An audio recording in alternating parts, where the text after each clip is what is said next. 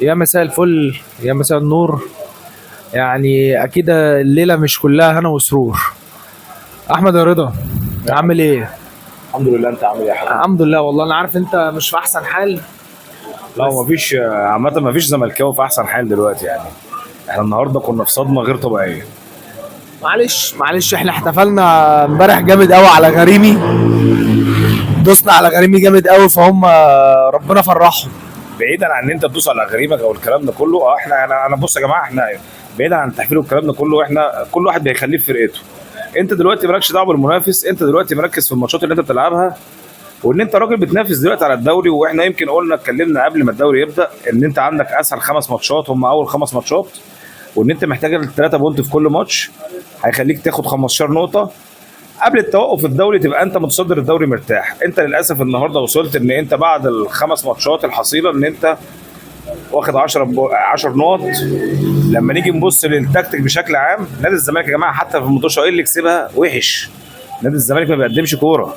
بالظبط. طب انا هاخد من كلامك كده بس عشان ما ندخلش جامد. انت ايه رايك في الزمالك في الخمس ماتشات عموما؟ هل شايف الزمالك قدم كوره ولا كان بيكسب وخلاص، ولا انت كان اهم حاجه اللي انت تجمع نقط؟ قول لي رايك. لا، خلينا متفقين ان انت برضه بيبقى في عوامل، بيبقى نازل على هدفها الماتش.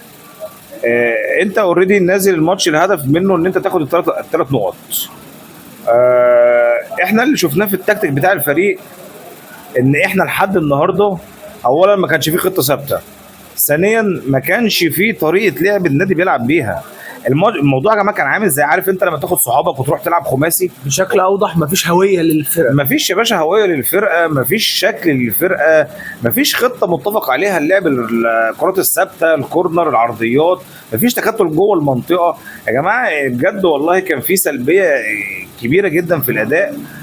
كان في يعني احنا ما ننكرش كان في توفيق كبير الحمد لله في كور كتير، منه مثلا هدف شيكو بانزا في مودرن سبورت، الكور اللي خدت ايد محمد ابو جبل ودخل الجول. عندك مثلا في ماتش مثلا فاركو، ان هي مثلا تعدي من المدافع كده بالمنظر ده او المدافع يوقفها بالشكل ده، فالفولو بتاع شيكو بانزا يا جماعه. حتى احنا لما كسبنا يا جماعه ما فيش شكل، احنا بنكسب يا جماعه بهدف فرق جون. حتى احنا مثلا عندك ابسط مثال ماتش المقاولين يا جماعه، احنا المشكله في نادي الزمالك طريقه اللعب. احنا لحد النهارده ما لناش طريقه لعب.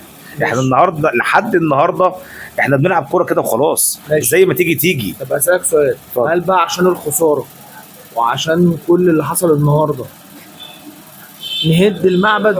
يعني احنا دلوقتي نعمل خطه جديده، النادي ماشي بسيستم جديد بيبني، انت في خطه بناء، نهد المعبد كله؟ بمعنى يعني تمشي المدرب بقى ونبقى في انقلاب على جون ادوارد ومش عارف انتوا عملتوا ايه وهببتوا ايه والجو ده، جماعه، ولا نكمل زي ما احنا ونشوف برضو النتائج الثمار اللي احنا بنفكر فيه؟ طيب احنا لما هنيجي نكمل زي ما احنا، خلينا نمشيها كده واحده واحده. تمام. احنا لما هنكمل زي ما احنا، هنكمل بأني شكل، هنكمل بأني انت طريقه، قصدك على يانيك فيريرا؟ هنكمل بأني اسلوب. طب خليني اقول لك حاجه برضو وجهه نظر، انا شايف ان يانيك فيريرا برضو اتظلم في حته، ايه ان هي اللعيبه بقى؟ معظم الصفقات دخلت له متاخر جدا في المعسكر الاعدادي، فانت الراجل ممكن ما اشتغلش مع ناس كتير قوي. النهارده مثلا انت افتقدت اتنين مهمين جدا في خط النص، واحد زي دونجا اللي هو انا بشوفه اللي هو عمل 4 ماتشات كويسين جدا، وتفتقد واحد زي شحاته من احسن اللعيبه برضه ما عندك، واللعيب اللي انت جبته بديل احمد ربيع جاي لك مصاب وما دخلش معاك في التشكيل لحد النهارده. واحد زي اخوان الفينا ده دخل معاك برضه متاخر، اللعيب هو كواليتي عالي فممكن يكون بيفيدك بالستايل بتاعه، بس ما دخلش في الخطه بتاعتك. شيكو بنز انا ما عنديش، يعني مش قادر اقيمه فنيا، مش قادر اقول هو ده حلو ولا ده وحش لان ما شفتش منه اي حاجه. فانا حاسس ان الراجل برضو يعني ما اداش شغله مع الناس كلها. هو بص يا حسام، مع احترامي ليك بعيدا عن يعني انا بختلف معاك في نقطه. اوقات ان احنا لما بنيجي نهد المعبد بنهد المعبد لمصلحه النادي او مصلحه الفريق. تمام. انا النهارده لما بص، انا كراجل دلوقتي شغلي كمدير فني، انا المفروض المدير الفني ده بينقسم حاجه لاثنين، يعني بينقسم لقسمين. انا عندي مدير فني فاهم كوره، فاهم يعني ايه لعيب كوره، بيبقى ليه نظره في اللعيب. عندي مدير فني لا يفقه اي شيء، هو بيتكلم من وجهه نظره هو فقط لا غير. انا النهارده واحد مثلا زي يانيك فيريرا، يانيك فيريرا اول ما مسك النادي انت بتتكلم ان انت عامل المعسكر في العاصمه الاداريه، لعبت كذا ماتش ودي، انت شايف اللعيبه يا جماعه. في مدربين انا رؤيتي في اللاعب من اول بس ما بيلمس كوره. اتفق معاك قوي. في مدربين انا شفت اللاعب اقدر اوظف ده فين واقدر اوظف ده فين. يا جماعه ابسط مثال، واحد مثلا هديك مثال بعيد شويه، عبد الله جمعه ساب النادي وبتاع وكل ربنا وفقه. عبد الله جمعه يا جماعه كان بيلعب وينج شمال، وبطل كوره خالص. ماشي ما علينا، بس عبد الله جمعه كان بيلعب وينج. لما جه جروس مسك الزمالك وظفه باك شمال، وانت بتتكلم ان هو كان من احسن الباكات اللي على مستوى القاره. تمام. وكان بيأدي وكان بيلعب. تمام. انت دلوقتي كواحد، اولا انت عندك 44 سنه، ما اقدرش احكم على خبرتك. ممكن على فكره في مدربين صغيرين وبيبقوا ناجحين. هو المدربين ولا بالسن ولا ولا بالخبرات ولا كان لازم بيلعب، كان لعيب كوره ويبقى مدرب. ملهاش مقاييس. ملهاش مقاييس. بس انا بتكلم ان انت على كم اللعيبه اللي معاك، انت ما ثبتش على تشكيله وعمال بتغير، وما ثبتش بس غير اخر ماتشين بتخرج ناس بره القايمه. الناس دي المفروض ان احنا كزملكاويه لينا رؤيه في النادي، بنفهم كوره يا جماعه. بنتساءل انت خرجت الناس دي ليه وعلى اي اساس؟ واحد زي عبد الحميد معالي ما لعبش معاك غير اول ماتشين. فين عبد الحميد معالي الثلاث ماتشات اللي فاتوا؟ تمام صح، متفق معاك جدا. انت يعني معلش، خلينا نتكلم بس في ماتش النهارده. لا ماتش النهارده ما ينفعش ان احنا نتكلم عليه، لكن احنا لو اتكلمنا عليه هنتكلم من انهي منطقه بالظبط، او من انهي مكان بالظبط، او من انهي حته. يعني انا شايف الراجل النهارده بدا بتشكيل، هو التشكيل المعتاد، بس الحته اللي كنا كله كان مختلف عليها، او كان مش عارف يوظف مين مكان دونجا وشحاته، فلاعب سيف جعفر. هو سيف جعفر ده مش مكانه خالص يا باشا. بعيدا عن سيف جعفر، سيف جعفر قاعد معاك بيعمل ايه؟ ما انت عندك احمد حمدي بره. لا احمد ايشو قاعد بيعمل معاك ايه؟ احمد ايشو لان انت النهارده بتقول لي، يعني انت النهارده اساسا طالع بتصريح فضيحه بتقول ان انا دلوقتي بستبعد معالي عشان ايشو مكانه. بالظبط، كلام جميل. يعني انت حتى لو يعني هو معالي عامه ما بيلعبش ست، بس انا لو هفترض ان انت لو انت هتلاعب معالي سته، لو انا هقارن اصلا ايشو بمعالي مفيش مقارنه. يا جماعه فين المقارنه بقى في اللي انت ده لعيب دولي ولعيب دخل في كل المنتخبات السنيه في منتخب المغرب. بالظبط، قارنه بلعيب اصلا يعني ما بيشمهاش في الزمالك.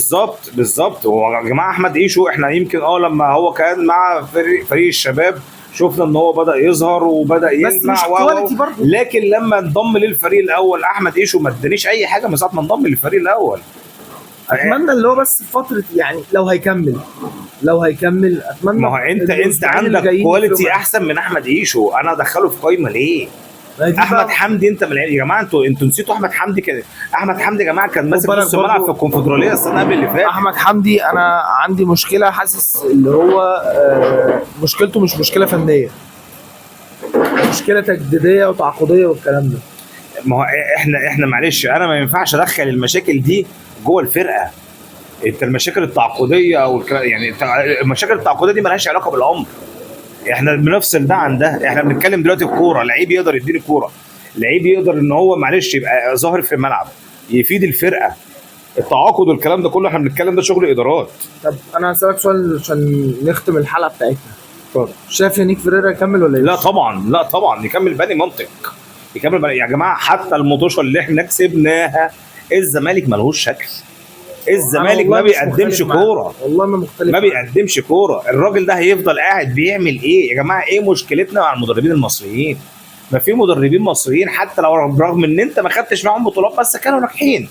ابسط مثال واحد زي مؤمن سليمان وصل بيك. عمره ما يسيب العراق ويرجع. انا بكلمك على ابسط مثال، بعيدا عن ان هو يرجع وما يرجعش والكلام ده كله. انا بديك امثله. انتوا يا جماعه فاكرين حسام حسن لما كان الزمالك مركز 13 جه طلعوا مركز ثاني ودخل بيه افريقيا؟ فاكرين مؤمن سليمان يا جماعه لما كان الفريق برضو ما كانش في احسن حالاته وخدنا كاس مصر على الاهلي ووصلنا نهائي افريقيا؟ يا جماعه انت عارف يعني ايه بلعب نهائي افريقيا واسلام جمال واقف لي مدافع؟ انتوا متخيلين احنا بنعمل ايه؟ اسمه ايه؟ رمزي مش فاكره قوي، بتاع الاتحاد ده. ايوه كان القايمه كلها 14 لعيب برضه. انت عندك ال 11 الاساسيين وهم الثلاثه البودره، هم نفس كل اللي بيحصل كل ماتش. الفكره يا جماعه احنا النهارده بالكواليتي بتاع اللعيبه اللي عندنا، مع احترامي اولا في لعيبه عايزه تشهد. واحد زي يعني النهارده غلطه زي بتاعت محمود الونش ما تطلعش من لعيب دولي من لعيب معلش اللي هو كل لا، الخبرات اللي عنده دي كلها بالظبط ما تطلعش منك يا ونش ان انت تعمل عامله زي دي. كباتن الفرقه يعني واحد النهارده زي حسام عبد المجيد، حسام عبد المجيد النهارده الجون الاولاني كارثه، واحد زي فتوح كارثه. احمد فتوح لا لوم عليه، لان احنا معلش مع احترامي ليك، احنا المشكله ان احنا ما عرضناش احمد فتوح للبيع. احنا المشكله ان احنا ما عرضناش احمد فتوح للبيع. المفروض احمد فتوح من اول ما حصل الموضوع بتاعه ده، ولا انا احمد فتوح خلاص كفايه عليك كده، انت عملتها بدل المره 2 و3 كنا بنعديها لك، هنفضل نعديها لك لحد امتى؟ مستواك في الملعب بقى سيء، مستواك في الملعب ما بقاش زي الاول، بدات تفقد تركيزك، بعدت تماما عن الكوره. لا انت خلاص خلي كمل في الطريق اللي انت عايزه، زي امثله مثلا يعني عفروتو و الى اخره بدون بقى ذكر اسماء يعني. بس لا انت بتتكلم النهارده غلطه برضه ما بتطلعش منك انت كلاعب دولي ولعيب زي احمد فتوح كباتن الفرقه بالظبط، المفروض يبقى عنده قلب على الفرقه وعارف الباص ده بيعمله بالظبط فين وانا واقف فين. لكن احنا يا جماعه النهارده فين حميه المدرب يا جماعه؟ انا بيعجبني جدا يورزيتش مدرب بيراميدز في ان هو يا جماعه واقف على الخط، الراجل ما بيهداش طول 90 دقيقه. هو عارف يورزيتش بيعمل ليه كده؟ هو بيحفز اللعيبه عشان بيراميدز ما عندهمش جمهور يا حبيبي قلبي بعيدا عن الجمهور او مش الجمهور، خلي بالك في فرق بتضغط مع الجمهور، في فرق بتلعب من غير جمهور افضل. بس انا بتكلم في جزئيه الموضوع مش قصه جمهور. انت النهارده قاعد، النهارده الكاميرا لما جابت اللقطه عليك قاعد بتكتب ايه يا ابني؟ قوم زعل اللعيبه، قوم قول لهم يسيبوا الكوره، قوم قول لهم العبوا كوره ايه لا يعني. بس خليها بس اتكلم، اللعيبه ما كانش عندها الحميه خالص النهارده يا باشا. ما هو ده دور المدرب. واحد فاكرين يا جماعه، واحد زي موسيماني مثلا لما كان في الاهلي، كان في ماتش من ضمن الماتشات الاهلي بيلعبها، موسيماني عم منفعل عليهم يا جماعه في ايه؟ ايزي باس ايزي باس ايزي باس، باص ذا بول باص ذا بول، ايزي ماتش، الماتش سهل يا جماعه، بصوا كوره. ان احنا النهارده يا جماعه مش بنباصي كوره، احنا بنباصي غلط، احنا مش متمركزين، كل حاجه غلط. ادم كايد نزل تايه، ناصر ماهر مش عارف في ايه ماله، متفزلك زياده عن اللزوم. كوره النهارده بالشوط الاول، اخر الشوط الاولاني بشمالك ودي خلصت. برضه الشوط الثاني برضه كوره في كذا كوره بتاعت محمد السيد برضه في الشوط الثاني، وكذا كوره برضه اللعيبه مش، ما فيش حد كان في تركيزه، اللعيبه كان اوت خالص في الجيم، ما فيش خالص يا باشا. انت النهارده ما عندكش لعيب عمل حاجه للفرقه. حتى اخوان الفينا النهارده يا جماعه، اخوان الفينا كان مقفول عليه، بعيد عن ان هو مقفول عليه، بنت فيه حته الانانيه. هو الراجل ده عايز بص، اخوان الفينا من النوعيه اللي هو انا عايز العب في مساحه، تمام، في هو في نوعيه لعيبه كده. بس انت لو كنت خرجته ما فيش البديل. ما هو انت ماشي بعيد عن ان هو ما فيش البديل، انا بكلمك بقى ده دور المدرب. صح، ده دور المدرب. انا يا جماعه ما فيش حاجه اسمها ان اللعيب ثابت في مركزه، انا اوظف، وخاصه الوينجات. يعني انا ما عنديش مشكله ان الوينج الشمال يروح ناحيه اليمين والوينج اليمين يروح ناحيه الشمال. انت عندك ادم كايد بره، انت نزلت ادم كايد مع شيكو بنزا اصلا اللي تعبان. يعني شيكو بنزا ده اساسا انا كراجل زملكاوي بقول لك ده يديني يا باشا شوط اول بس فقط لا غير، هوب تحدي الدقيقه 60 اخره. والله ما عارف هو لعيب حلو ولا لعيب وحش. لا يا باشا بص، هو الناس بتقول لك اصل ده مهاري وبتاع، اولا رتمه بطيء جدا، ثانيا في حته انانيه رهيبه، ثالثا النهارده شيكو بنزا تايه في كوره. النهارده شفتها لما جاي يطلع بيها راح بيطول الكوره في الاوت بدل ما تطولها قدام. يا جماعه لا النهارده كان في عك يسال عنه المدير، يسال عنه اللعيبه ما اختلفناش، ويسال عنه قبل ده كله المدير الفني. انت دورك فين؟ انت لو قمت واجهت اللعيبه ولا طلعت تعالى روح هنا ولا كلمت الناس، ولا حتى انت راجل خسران، انت دلوقتي تدخل فيك الجول الثاني قبل الووتر بريك. انت قلت لهم ايه طب في الووتر بريك؟ كولن بريك. ما علينا يا حسام، مش هنمسك فيها قدام الناس دلوقتي. فما علينا يعني. انت اتكلمت معاهم قلت لهم ايه؟ انت ما قلتلهمش حاجه يا جماعه، العبوا. يعني انتوا لو خلاص دخل فيكم الجول الثاني العبوا بقى زي ما تيجي وادينا عمالين بنغير وهي ماشيه. لا يا جماعه مش كده. لا هناخد دوري؟ لا بالمنظر ده لا يبقى قابلني. لا انسى. ليلتك حلوه يا رضا حبيبي يا حس، حبيبي اشوفك على خير وربنا يسترها في بقيه البطوله ان شاء الله. باذن الله حبيبي، باذن الله وانتوا على خير حبيبي.